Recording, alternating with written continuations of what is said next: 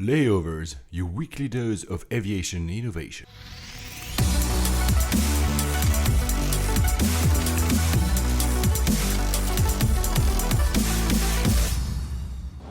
Hello ladies and gentlemen, welcome aboard from the flight deck. This is Paul Papadimitru. Hello everybody, this is Alex Hunter. We'll be your pilots for this show about the news, the startups and the technologies defining the modern air travel experience. Our flight time today, 57 minutes, and we expect an on-time arrival.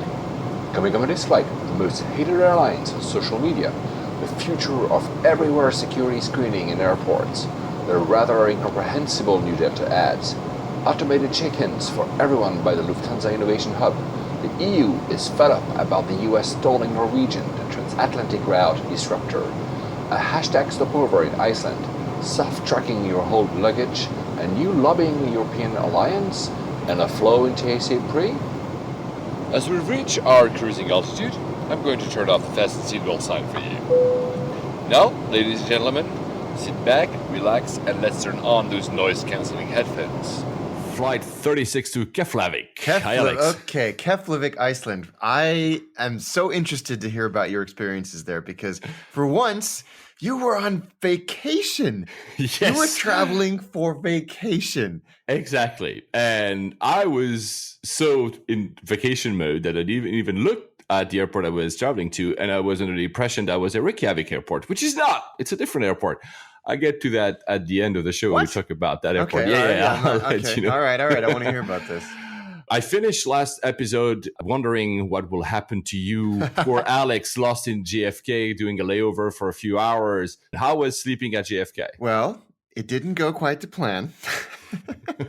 I got to JFK in good time. My flight on an ancient BA 747 was smooth and silky. It was fine. There's something wonderfully reassuring about flying on a 747. It will never get old, no matter how old the airplane actually is. I arrived into Terminal 7, which is BA and primarily, and then a few One World partners. And then my 6 a.m. JetBlue departure was going out of their wonderful Terminal 5. So I thought I will just check in, drop my bag off, go through to Terminal 5 and just hang out there for a few hours, try and catch some shut-eye until my flight. It wasn't that long, maybe 6 or 7 hours by the time I got through immigration. Well, because I had a bag, I went up to check in and they said, yeah, sorry, we can't take your bag more than 6 hours ahead of check-in. Oh, it's too early. Yeah. And I was like, oh, darn it. They're like, oh, and I did the math. I was like, okay, midnight. So I went and found some food. There's a great little diner in, I can't remember which terminal it is. 1, 4? I don't know. So many terminals. Anyway, I had a sandwich and a beer and, you know, I had fun. It was fine. What they failed to tell me at JetBlue was that the terminal closes from midnight to 3:30 a.m. Oh, wow. So they didn't tell me that when I said I'll come back at midnight. And so I had to kind of wander around JFK like a zombie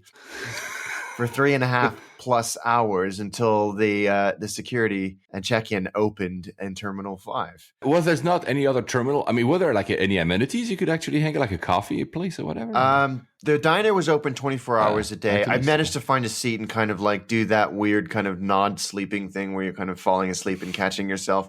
But, you know, when you're in an airport and you're not through security, you kind of want to have half an eye open on your stuff. So, yeah, it didn't quite go according to plan. But, you know, JetBlue were great. British Airways were great. I managed to catch up on a little sleep in Boston when I eventually got there. But yeah, didn't go according to plan. Oh, so the JFK and Boston are two forthcoming airports because you did some field research. Yes, I nice. did. I did indeed.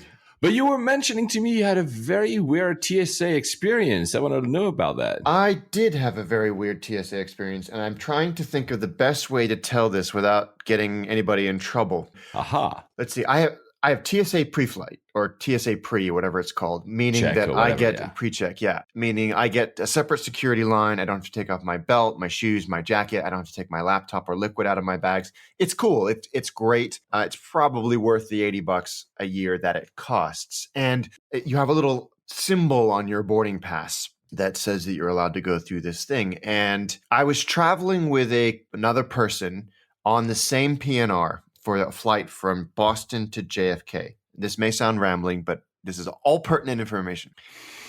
The person flying with me is not American, therefore they cannot use TSA Pre. It's only available for American citizens or residents. He has neither of those things. Now, I got mobile boarding passes. I checked us both in, and it downloaded both boarding passes to my phone. I sent him, because you can share on an iPhone, I sent him the what is it called now, wallet. Well, passbook wallet. Passbook wallet, boarding pass. What we noticed is that when he went up to security at Boston, they sent him through the TSA pre-check line because it had put the special symbol on his boarding pass as well as mine, because I had checked us both in on the same PNR. So he was able to go through the reduced security line, but not being signed up to TSA Pre and not being American. And nobody saw that. On a foreign passport. Wow. Nobody said anything. Okay, so I learned two things. First, I learned that I can share a wallet, whatever it's called now, boarding pass. I never thought it was possible. And this is pretty... It's a loophole. Yeah, it is. I mean, you're still going through security. Of course. But you're not going through enhanced security. And you've not been vetted to be pre-checked. And you've not paid the $80 or whatever. And so, wow. It was, because you go through in most American airports, when you walk up to the security thing, you have a person that checks your ID, of course, against your passport, against your boarding pass. And then they send you through the appropriate thing. He went first. He went first, my traveling companion. And the guy saw the thing on, knew he was holding a non-American passport. And still sent us through TSA, where our IDs and boarding passes were checked again. And we both kind of looked at each other after we got through and go, wait, that wasn't right, was it? That shouldn't have happened. So very, very strange thing. And I don't know if it's a loophole or an oversight or how, but on his boarding pass, it had the TSA Pre symbol. That is not correct. Yeah, either it's a website that sent you the wrong wallet boarding pass, or because you were downloading the two at the same time, it kind of added. Maybe it's just line of code that is wrong. I don't know. I think it's a tech issue. Probably is, but still, it's wow. Well, no. So if there's a bounty for that. So TSA can send us the money for having found you a loophole here. I couldn't believe it. I've been thinking about it a lot since it happened. Crazy. Yeah. Well, at least it was a blissful experience for your travel companion at TSA, which is not always the case. They were good. So they were fun. At Boston Airport, you run into a lot of characters, and I enjoyed my experience there. This piece of news that I want to share now is related because I hadn't talked about it last year when it was first released. It's because you're American, so I wanted to ask you the question. Apparently, there's a new act in the US called the Real ID Act that will create a new layer of security on the IDs. And as you know, in the US, for those who don't live there, there's no proper ID cards. Like it's not the case either in the UK, but I have a Swiss ID card. But that means that some states are not compliant. So if you have an ID from New York, Louisiana, Minnesota, or New Hampshire, or in even American Samoa, you will not be able to travel domestically in the US unless you have a passport. That's pretty ridiculous when you think about it. Yeah, the goalposts keep moving on this as well. They changed the dates. They changed the dates, and for a long time you could go to Canada and Mexico without a passport as well, just with your driver's license. That changed, but now these new driver's licenses you can use to go to Canada and Mexico and some places in the Caribbean. So they keep changing what's required, and perhaps this is leading to the loopholes that we discovered. Yeah, maybe it is. So if anyone is ever blocked in the US for having a non-compliant ID, let us know, because that's a pretty interesting case study. But again, like you said, they've been pushing the dates back, so we'll see what happens. My travels, I did a few. First was Geneva. For those who are listening to this show, they know that I'm going to Geneva pretty much every month or two, so it's nothing new, always with Swiss. Another great experience. The reason I wanted to mention it is that something has changed, and it's the first time I see an airline doing that. You know, you have sometimes a possibility of asking upon booking to be automatically checked in, and then you receive a boarding pass either by SMS, so a text, or by email. Really? I never experienced that. Yeah, well, I had that on multiple airlines. Swiss was offering that for a long time. Wow. The new thing, and I don't know if it's only for short haul because I have only that one experience, I cannot opt out anymore. So now by default, 24 hours before my flight, I'm getting a boarding pass. I can choose the delivery method. In some cases, you cannot choose your seat. So they say, if you want to change seats, don't worry, you can still go back to the check-in process, change the seat, and re-download a new one. I guess it's maybe because they want to avoid people having to go through check-in at the airport. But still, it's interesting that they would do that.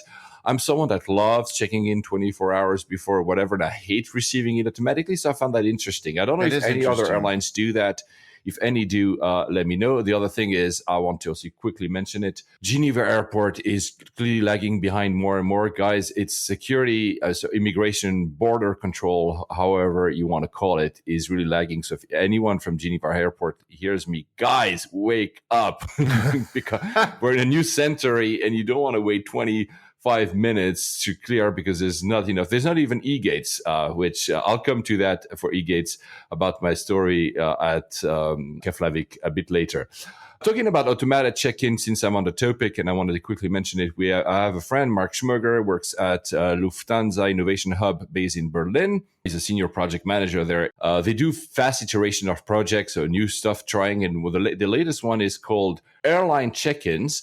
It's not only for Lufthansa, it's basically any airline. The idea is that you register there with your email.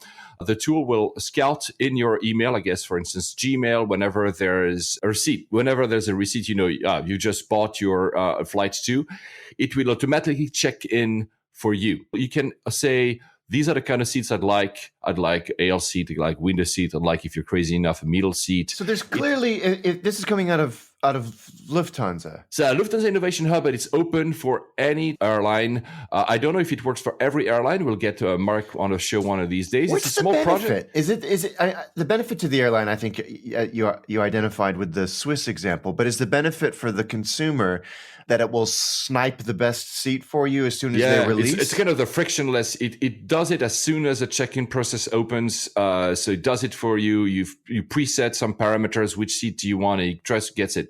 The thing it doesn't do yet, but Mark told me they will do, it will even fill out soon the API. So your passenger details will be filled out for you, especially if you travel internationally. So it's a pretty good idea. Again, I'm not a huge fan of automated check-ins, as you understood, but I think it's an interesting idea. I think we'll invite Mark one of these days to talk about that, and in general, what Lufthansa is doing in our innovation hub based in Berlin. I mentioned that because Lufthansa's headquarters are not there, but Berlin being the startup city that it is.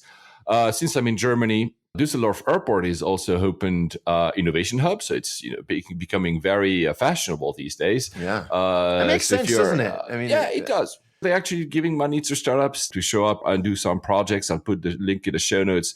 It's interesting to me how Germany seems to be a little bit ahead for that in Europe. I mean, of course, the UK has also some programs, but I haven't heard many innovation hubs for airlines in other parts of Europe. So again, if anyone knows about them, I'm very interested to know of any program, by the way. I know that American Airlines, I think, works in San Francisco with Wearable World. There's a few others, but let me know because I'd like to maybe draft a list one of these days of all the airlines that are doing something in that space. So me, so for vacation, I traveled to Keflavik, the airport that I will cover at the end of the show. I ended up taking Iceland Air, the flag carrier of Iceland. We've talked about it before because they're starting to do this kind of hub and spoke idea of, you, Alex, want to go to the US. So instead of going directly, you do a stopover in Iceland and then you continue to the US. It's a bit of the idea of Emirates. Obviously, the fleet is not Emirates. It's a much smaller scale. But it's a nice, honestly, for a flag carrier, it's a nice I was airline. impressed. Yeah, you were kind of giving me a running commentary when you were sitting on the tarmac at Heathrow. And I had this kind of preconceived notion that it was not tired, that's not really fair, but kind of no frills. But you did have the pleasure of flying on a 757. Yep. So they will replace them, but it's true that the food is so it's not a pure low cost. First of all, the price is not low cost, although with the competition for WOW, which is another airline from Iceland, the prices are pretty actually low. So it's actually a very good deal. It's 3 hours for those who don't know from London Gatwick. I flew from to Keflavik. I flew in coach, but thanks to Seat Guru, I was like, there's a strange row in the 757. So there's business class. There's premium economy, which strangely has the same seats as business class. So I guess they don't get the same level of service. And then there's a single row of seats, then the emergency exit, and then the rest of economy. And so, of course, I was trying to score emergency exits, but since I was, no status or whatever, by the time I got there and a check-in was open, it was already too late. Not a single emergency exits were available. And I see that row, and I said, and there's a lavatory on the one side, so it's really like 3 seats behind 2 premium eco seats. And I'm like, you know what? I'm gonna try it. And I took the ale seat, which is very rare for me, so I didn't have the window view. At least I have some leg room. Right. But you know what? That's called 7D, so it's row 7. I encourage you to take it. You have a huge leg room because they added this row probably because they didn't have space to add yet another row of these larger seats they have for premium eco and business. So they put like these little seats there, which is coach. You're on your own and you have a huge leg room. It's perfect. The IFE is not that great, but actually there's an IFE for 3 hours flight in Europe, although of course they fly to the US. It's actually pretty cool. The service is basically free non-alcoholic drinks. So it's not entirely low cost. You have to pay for alcohol or for sandwiches. Very pleasant experience. I really enjoyed it. And, I love 757s. Yeah, you can't beat that takeoff. Exactly. That kick when he takes off. The one thing, though, that happened to me at Gatwick, which was pretty interesting, like you, I downloaded the wallet, so the passbook, the mobile boarding pass for iPhone, and Gatwick Airport wasn't able to read it. Oh, for Pete's sake. Yeah. At what point? The first checking before you enter into the security checkpoint when you're supposed to remove your clothes and whatever. The first step when they first look at your passport, if it matches or not. So they scan your boarding pass. It kept scanning. It kept declining it. It says, not even declining it, sorry. It kept not being able to read it. So I had to go back to the counter, which was not a big deal. But to say that they don't always work, which, by the way, reminds me that for the first time when I was flying from Geneva to London Heathrow, I was at the gate in front of the machine to read my phone with my boarding pass, and my iPhone crashed. So you became that guy. That guy. They had to print me. It was very fast. And my iPhone by that time had kind of relooped and went up again. But still, that's the worst thing that ever happened. Oh, God. Anyway, and the other joke I wanted to mention that's not very nice, it's when I came back to London Gatwick, the North Terminal. So I just mentioned that Geneva doesn't have e-gates, the biometric gates. So when you just scan your passport and get let into the country. And I always mention that the ones, for instance, in Frankfurt are very efficient. They work very fast. The one on Heathrow for me are hit and miss. Well, the one at Gatwick, so they had a line, but you know what? All the machines were closed. So you ended up with people anyway. It's a joke. That's so bad. Those things have not proven solid. Not really solid. I don't know if you've read that. This is cool. Yeah, this is basically a technology that instead of scanning you and me just when we have to be scanned, when you go to these machines, when you have to raise your hands up and they scan your body to detect if you have any foreign objects on you. Basically, imagine that deployed in the entire airport by simple cameras, and they'll be able to tell if you have already something. So by the time you enter the airport, they already know if you're a suspect, which means, of course, by the time you have to clear security, it's too late. You're already being detained or something. It's really cool. I think just the science behind it is cool. I mean, setting aside any privacy issues or anything like that. This is on phys.org, which is a great website. But just the way that they explain it, a quick scan of somebody can spot concealed weapons or anything that's hidden on you, like while you're moving around the airport. Yes. And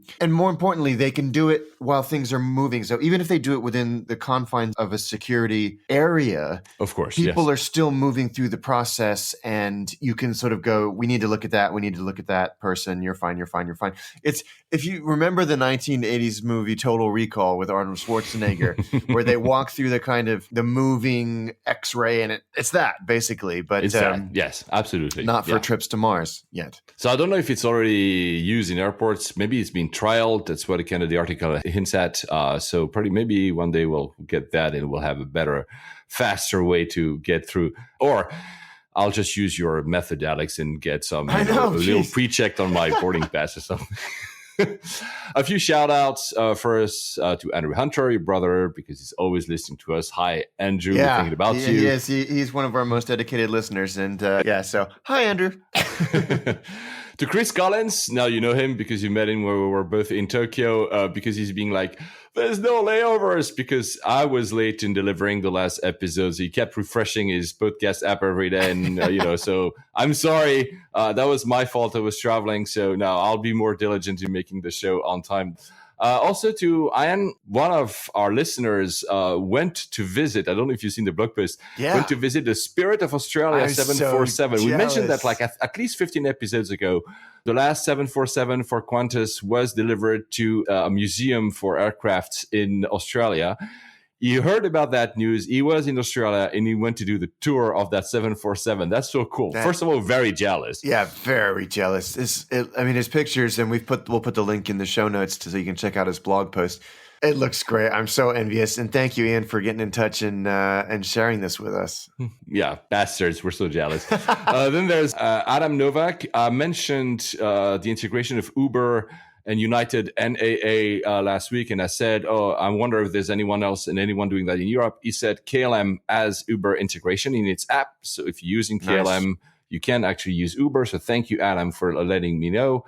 Another shout out to a friend of mine in Africa. Mbwana Ally is a managing partner at Savannah Fund. It's a VC fund active in Africa. He's a really cool guy. He's one of my favorite podcasts. So thank you so much. Wow, that's nice to hear. We do appreciate that.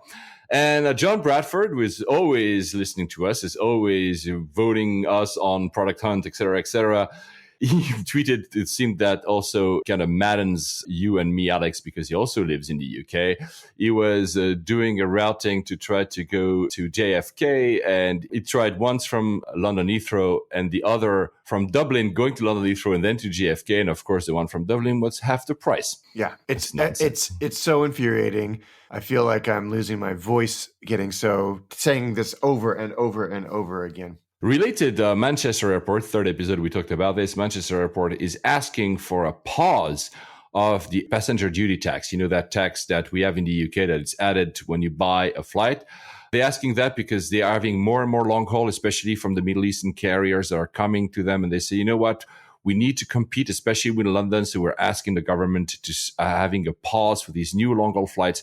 So you think it will happen? No. It would be great, but my feeling with all of this, and we've seen it so frequently in the past, is they'll eliminate fees or they'll have a cost reduction like with fuel, but the prices won't go down. They'll just raise the base fare. Yeah. And so it would be great to pause it or eliminate it altogether, but I really want to see it be competitively priced. And I'm not sure that APD is the entire reason why we get screwed on pricing. No, of course not. Like we said many times, it's also due simply that, especially over London, there's not enough capacity. There's not enough slots, landing slots. So basically, we need to have one more runway, two more airports, whatever that is, to actually have true competition because the prices are just insane. Yeah. But I understand Manchester, and I just hope that this passenger duty tax is scrapped completely one day because it just doesn't make sense. Another example of news that changes exactly at the time we're recording, AA versus Gogo was settled. Yeah, this is a strange one, and it sounds like a made-up story in many ways. But American Airlines essentially has dropped their lawsuit asking a judge to look into how they could get out of their contract with Gogo. But it turns out that the letters, the post got crossed and lost. So Gogo had delayed sending an acknowledgement of the complaint from American Airlines. So American Airlines filed suit, which is hilarious. It doesn't mean American Airlines have stopped trying to get out of this contract. It just means they don't want to take it to court and get a judge involved. So they're still not happy at all about the service. I think that that's fair. But I think a lot of this has been leverage. It's been PR. It's been bargaining tools or renegotiation tools. So I would be surprised if American dropped Gogo entirely, but this is kind of a hilarious litigation drama that's kind of unfolding before us because somebody didn't put the right stamp on a letter or something, you know. But Gogo is trying to improve their servers. You hinted at that in the last episode. They are, yeah. And I think that they've gone from nothing or basically zero audience in 2006, 2007 to everybody having or wanting Wi-Fi on all their planes. And not only that, wanting extremely fast Wi-Fi that can stream Netflix and all of that stuff. So they have, Gogo that is, have announced a deal where they can use a high throughput satellite beam, meaning they don't have to acquire their own satellites, which is expensive and timely. They can use satellites that are already in orbit to increase the available bandwidth to each individual airplane. And they've been really doing a lot of testing, not just in the US, but also transatlantic. They have their own 737, which was on our shores just a couple of days ago. It flew across the Atlantic to do some testing with these new services. And they're also looking to do a live TV product, so to compete with some of the other ones that are out there that JetBlue is offering and a few other people. So these guys are going large with it. And for such an expensive infrastructure project, I think all things considered, they've done a good job. But again, the thing that I think is so hilarious about all of this is that in such a short period of time, we've gone from one or two people using Wi-Fi as a differentiator to it's weird if you don't have Wi-Fi on your airplanes. Yeah, absolutely. They're talking about this. Quick mention, Juniper Research has done a forecast that in-flight roaming revenues will hit $3 billion by 2020. So it's kind of a big market. What does that mean? Everything that you use. So, when you make a call, a text, so these in-flight services, for 3G, 4G within the flight. IOMobi is one of the leaders in that space. On air. There's a few. On air, exactly. There's a few. So that's the revenue that they're collecting that they split with your cell provider or they bill through your cell provider. Yes. When you're on board. 20 billion. That's staggering, but I believe it. It still says, though, that it's not as big as it could be because obviously it's very expensive. Thus, it's limited to a subset of users. And also, if you compare that to the revenue in the mobile space in general, globally, it's very, very limited. I'm still so fascinated. I'm delighted that we don't have airplanes full of people taking voice calls. I think our general propensity to loathe talking on the phone as it is good and it's helped with that. But I'm so happy. I think sadly it's an inevitability, but I'm so happy that you don't have to hear someone. Otherwise, you're going to have what we have here on British trains, a quiet car. Of course, they will charge us to access that. Yeah, quiet cars in trains, actually, they have that in Switzerland. I think they have that in Germany. In Japan, you're not supposed to talk in trains at all. Or you have actually little, like kind of telephone rooms Booths. At the end of the Shinkansen, the bullet train, where you can take a phone call. That's a nice idea, I think. It is a nice idea. I'm not sure, though, that airlines would actually create these sort of telephone booth inside. No, they would just convert one of the toilets. Emirates could do that. Yeah, and they would be the first people to do that. They would be the first ones. Talking about the voice that we will hear again, Munoz is back. This is extraordinary. Yes. Carlos Munoz, who is the CEO of United, who had a heart attack last year, I immediately said, we're never going to see him again. He's going to go and he's going to recuperate and he's going to get better. And then he had a heart transplant in January. And we said, of course, we're not going to see him again. This is a delicate process. And, he's long back. Recovery. Yeah, exactly. He's coming back to his full-time job on March 14th. That's 4 days from when we're recording this. That is incredible. And kudos to him. I mean, what an amazing accomplishment. So the company was right to just name an interim CEO. They trusted that he would come back. Probably the doctors said so as well, obviously, but it's probably also one of the miracles of medicine nowadays. You can have a heart attack and a heart transplant and being back at your job in a very highly demanding job as it is, right? It's the CEO of United. We're not talking about impressive. Yeah, it's beyond comprehension, really. But good for him. Yeah, so welcome we're back. happy. It doesn't matter what you think about United Airlines. That is a wonderful story. Agreed. Another story. So although I was at Keflavik, Norwegian doesn't fly there, but Norwegian we've been talking about their airline for almost since the start because it's one of the disruptors, especially between Europe and the US. They've actually just announced a new route leaving from Paris. There's also, you mentioned last episode, the line from Gatwick to Auckland. So they're probably one of the first long haul, low cost company to actually make it. So we're really kind of rooting for them. I've heard nothing but good things about those guys. Although, funnily enough, I think they're going through a little bit of capacity, like growth problems. Like they should probably, they're like teenagers, Exactly. I think I was playing around with one of the plane finder apps on my phone the other day, and I spotted I saw the Norwegian logo next to an airplane that clearly wasn't a 787. And they use these wet leased 767s from time to time when they run out of capacity on their own airplane. So I think it's a success. Absolutely. And I think we're going to cover this story in the next show, I think. But Virgin Atlantic are exploring the idea of setting up a branded low-cost carrier because of the threat. I mean, Norwegian were cited as one of the reasons why they wanted to do this. I have said on Twitter like 4 or 5 times, I think that Virgin should just buy them and be done with it. Like it's that easy, But I just think, it's perfect. Yeah. It's perfect. And they have a kind of similar type of, they've got mission statement, branding. Yeah. But the big hurdle for Norwegian was always that the US was not giving them the license to fly or like kind of blocking the process, etc. And the EU is, for the first time, getting a little bit angry over this.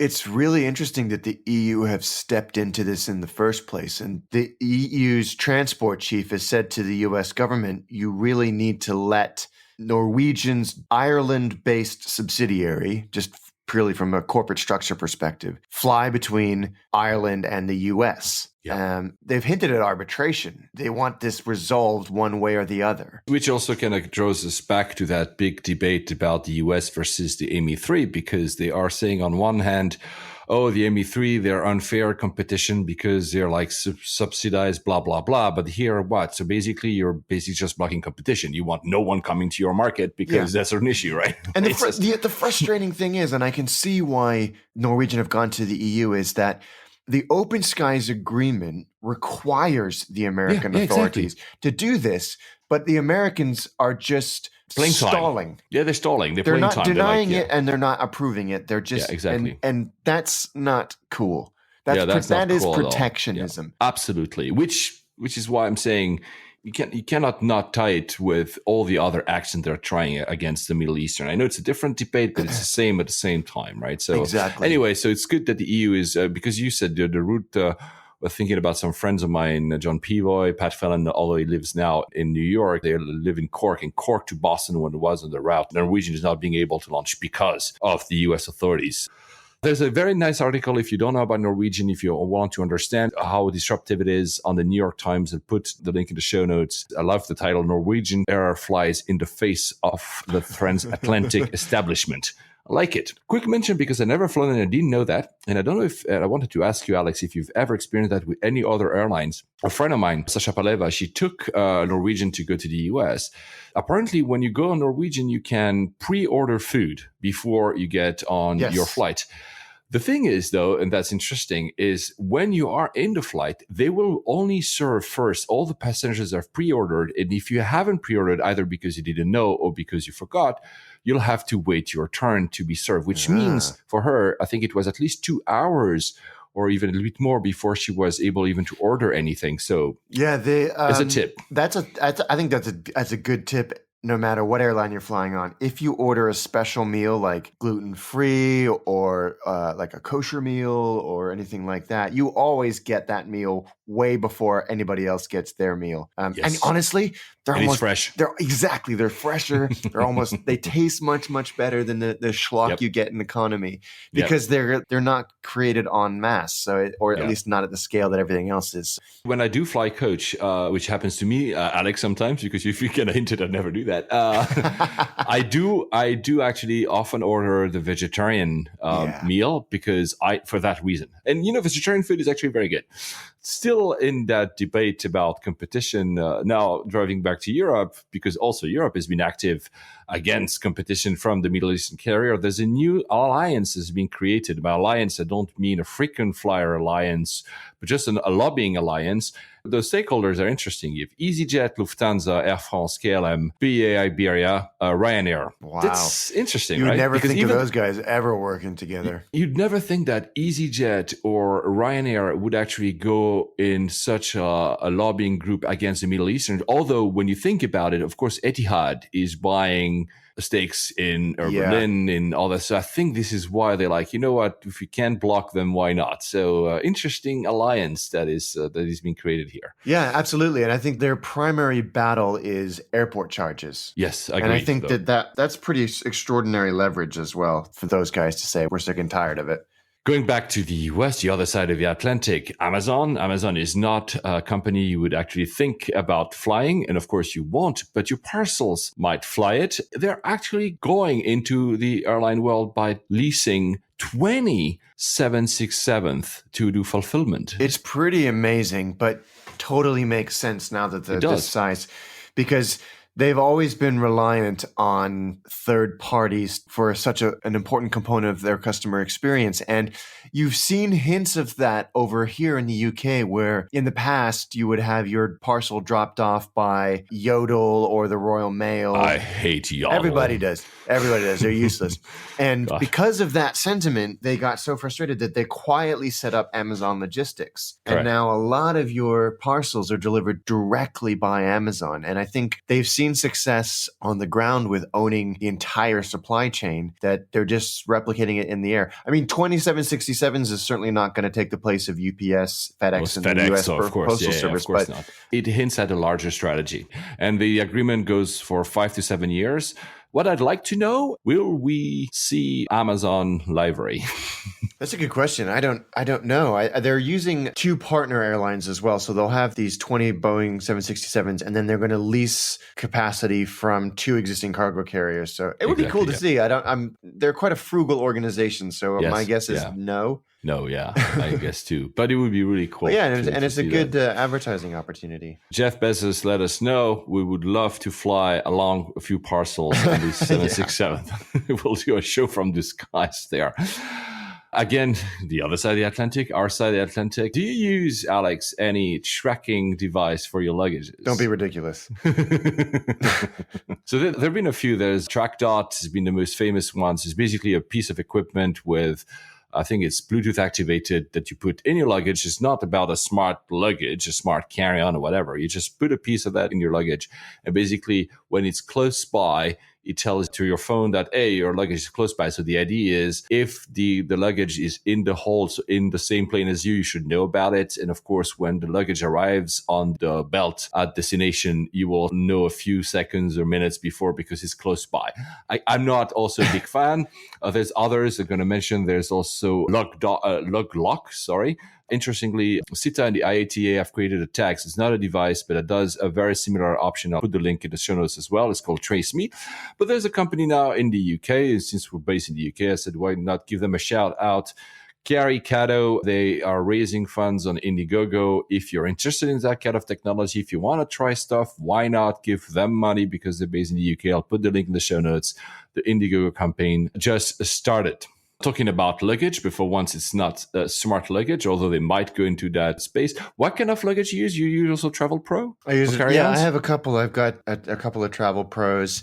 I have when Virgin America first started, we partnered with Burton, the snowboarding and ski company, to create us some luggage, and I still have that to this day, which I use frequently. The big news in that space, it's not exactly airline, but it's airline related, is that Samsonite is buying Tumi. Yes. That's a huge M&A, huge deal. It shows that Samsonite is expanding. There's also consolidation in the space, probably because there's only so many pieces of luggage you can have. And, at one point, people always go for the non-branded ones. I see that happening a lot here in the UK. So maybe, I don't know. I thought it was interesting that Samsonite is a publicly listed company, but it's listed in Hong Kong. And also because we're both fans of digital branding, their branding strategies are very different. Tumi was one of the ones that instead of using very high-end celebrities, they've used like niche celebrities. It would be interesting if Samsonite keeps that play or changes it altogether. The name will probably survive, so don't worry, guys. If you have a Tumi, it won't become a Samsonite. 2 days ago was a 2-year anniversary of the disappearance of MH370. 2 years. The plane hasn't been found yet, but there have been new traces. Apparently, there's a piece in Mozambique now. Yes, another piece has shown up that looks like it's part of the horizontal stabilizer. And so Mozambique and the Reunion Islands are very close to each other. Reunion Islands where the first piece was discovered, found, a flaperon.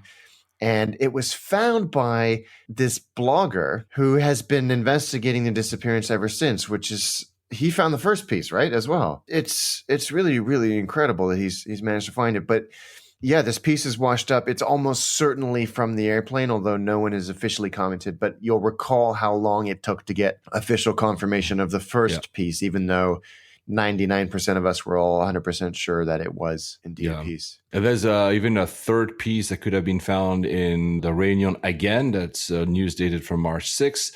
So we're not sure because none of these pieces were confirmed by either the airline and or manufacturers yet. But I mean, what is interesting, and I'll put the link in the show notes, is that all these pieces found there make sense because of the ocean currents.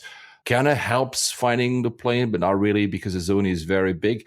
There have been talks about abandoning the search because I cannot even imagine how costly it must have been for 2 years to have been looking for that plane. But the chief, the leader of the rescue operation, is saying that he has strong hopes that the plane will be found within 6 months. So we'll see about that. Yeah, I think Australians have also said that they've set a date in their own minds where they're just going to stop. It's really tough to say.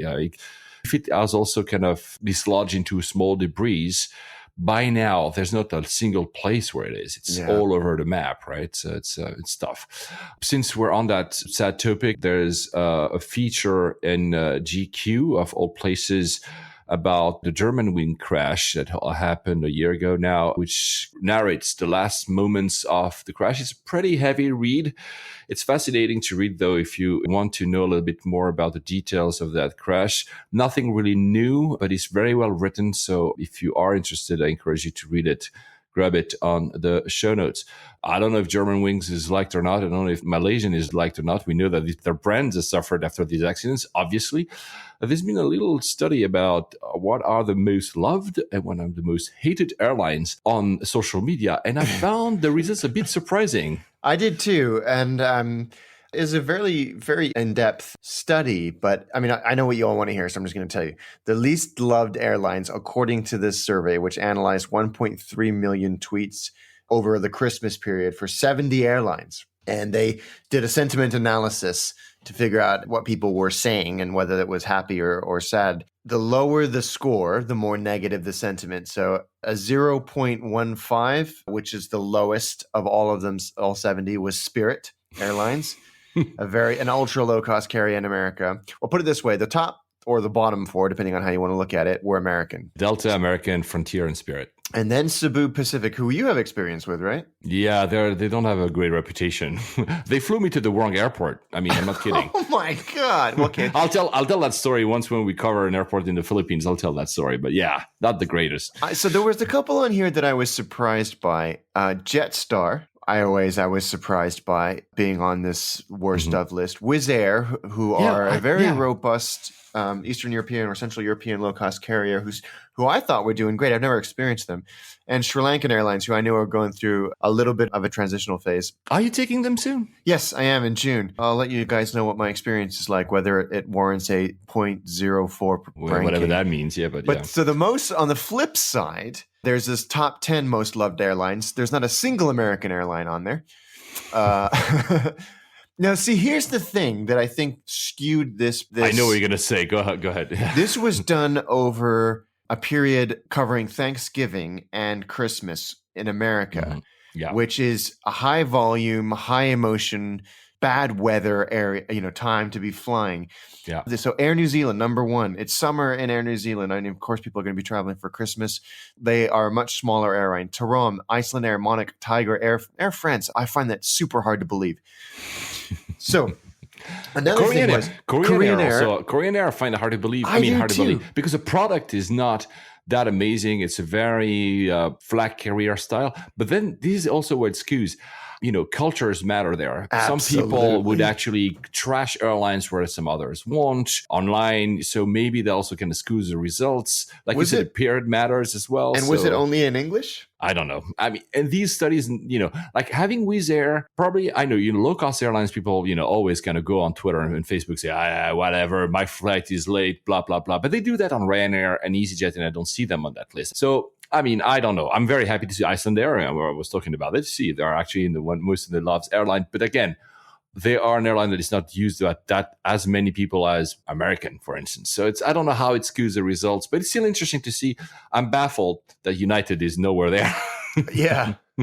But I'm being very sorry, Oscar Munoz. Actually, we give you a pass because you just came back as a CEO.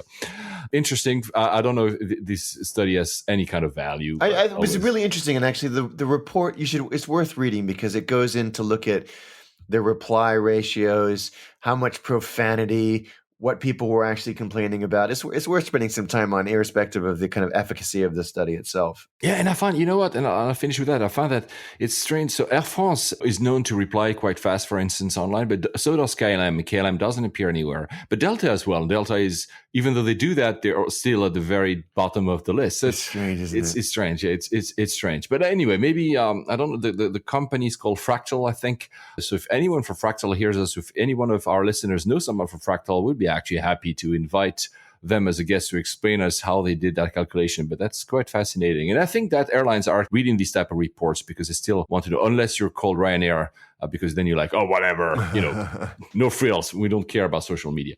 One airplane that could actually maybe save some of these airlines, and we've been talking about it for quite a few times in the past episodes, is the A350.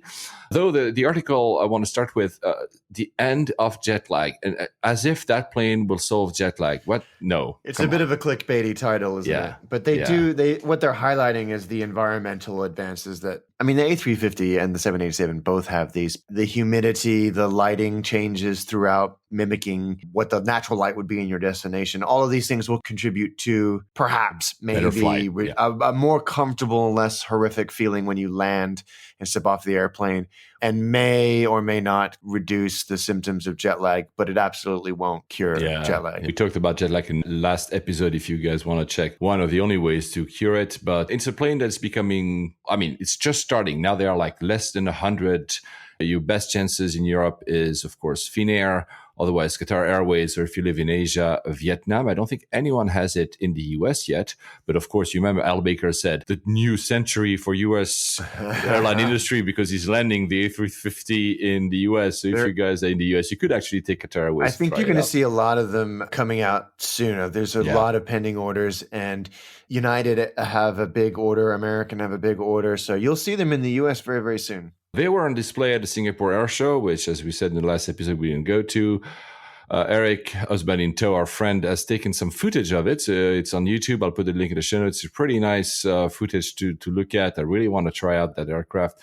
And also, he did a podcast whilst at Singapore for the Singapore Air Show, and he mentioned us. So thank you. Thank you so That's much. So cool. Since we're on video footage, Swiss, of course, again, I have a soft spot because I'm from there.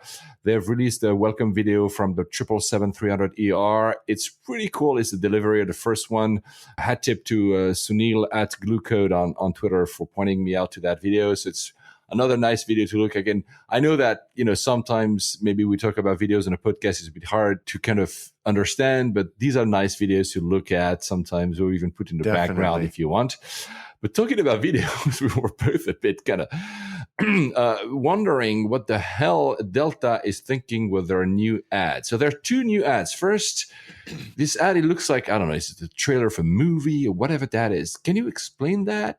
I saw it in the US when I was there on TV, and I had the sound turned off. And I saw the engine at the beginning. I thought, cool. But then it looks like, what is this? It could be a trailer for a movie. It could be a military recruiting video. Yeah, it does. It could be an ad for anything. It is one of the worst commercials I've ever seen. It's available on YouTube if you want to watch it. I'm not sure what it actually tells. But the thing is, at the same time, they were releasing another set of ads. There are multiple ones. I'm just going to put one link in the show notes. You can find all the others on the Delta YouTube channel. There's a screaming goat. Other ones are with a horse putting luggage on the overhead bins. And it was all hinting at some type of called the safeties. And I was thinking, because some of them were released before the Oscars, that it was a hint at maybe Delta was supporting the Oscars or something. No. Apparently, they all led to their new safety video, which is now apparently being rolled out in their planes. It's also very strange. I mean, Delta, I'll give them that, has been creating very fun videos for their safety videos. It was this 80s one, for instance, with Alf and whatever. This one I'm really not sure about. I'll let you guys be the judge by going on the YouTube channel. And if you are the agency responsible for any of those ads, please reach out to Alex and yours truly, because we want to understand what is your strategy nowadays. Yeah, I just didn't get it. I couldn't even figure out what they were trying to say. Anyway, watch it. Let us know what you think. And although you cannot vote on that, I'm going to finish with that. The Freddie Awards, for those who don't know, probably a lot of listeners know, because I know that a lot of listeners are into frequent flyer miles, etc. It's a yearly program where you can vote for the best loyalty program, the best promotion that has been done, both from hotels and airlines across 3 regions, the Americas, Europe, and Asia. So if you want to vote, I think vote is still open. Favorite program for Air Miles, which one would you vote for, BA? No, I think Cathay's Asia Miles is good. Yeah. But I think it's important to point out that they're called the Freddie Awards because of Sir Freddie Laker, who was a pioneer in kind of the democratization of air travel. And we wouldn't have Virgin Atlantic if it wasn't for Freddie Laker. Richard Branson was a huge fan, and Freddie was kind of a personal mentor as the Virgin Atlantic journey started. And these awards are quite important. The reason I say that is because I'm signed up to all newsletters by airlines that I fly with, and pretty much all in the past month sent me a newsletter to ask me to vote for them. So it means that they actually care about the results of these Freddie Awards. So we don't mention all the awards here in this show because there's so many, but these ones airlines care about. So if you want to send a message in a way by not voting the airline you fly on, just go and vote freddieawards.com. Now, Keflavik. So Keflavik is not the airport of Reykjavik. So I didn't know that. For me, I was going to Iceland, and I'm sorry for my Icelander friends. I was too naive, and I think, okay, this is the main airport, so it must be the capital's airport. No, Reykjavik has its own airport, which only flies domestic. And when you go to Reykjavik, you understand why it's not an international airport, because it's basically right in the middle of the city. There's 2 runways, but it would be just a massive headache to have big airplanes flying a landing there. So Keflavik is actually a narrow ways, 50 kilometers away from Reykjavik. Wow. So it's not that close, especially for a small island. It's not small in terms of geography because it's actually pretty big in terms of inhabitants. I was flying on Icelandair. They are pushing for a hashtag everywhere. The hashtag is #stopover. So you can... You can really see there this strategy, which I mentioned at the top of the show, about being a bit like a kind of Emirates. You can use us for cheap to fly to the US. We'll get you cheaper than all the others. But why not stop in Iceland for a few hours a day and enjoy Iceland? That's really their motto.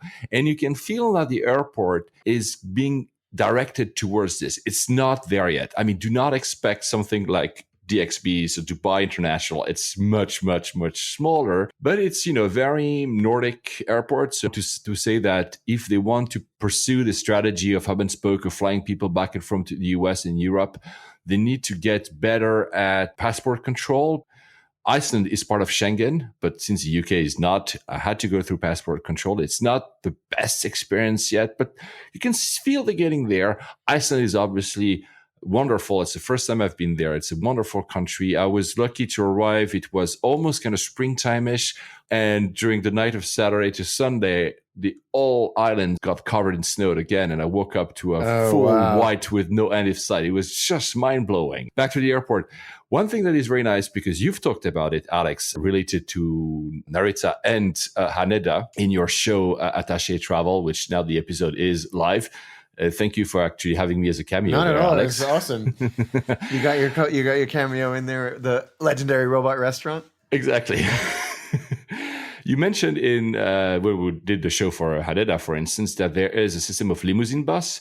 There's a almost similar service in Keflavik that's actually very nice because it kind of removes all the hassle. It's very well done. You can even pre-book a bus that drives you not only to Reykjavik, which most of people do when they arrive in Iceland, but actually to your hotel. And that's very, very pragmatic and a good solution. And also, of course, it drives you back to the airport. Airport itself, for once, was vacation, so no lounge access, whatever. So I don't know how that stacks up. There's a lot of local food you can buy and whatever. So it's a nice airport. Is it a good airport for layovers? That's a big question. Because, since they're having this strategy, your plane lands and you're supposed to wait sometimes 2-3 hours before you can fly again. I think they still need to get probably a bit better at this, especially by expanding, because it probably looks cramped a bit. There are signs that says that you're forbidden to sleep on the ground. So probably it happens a lot.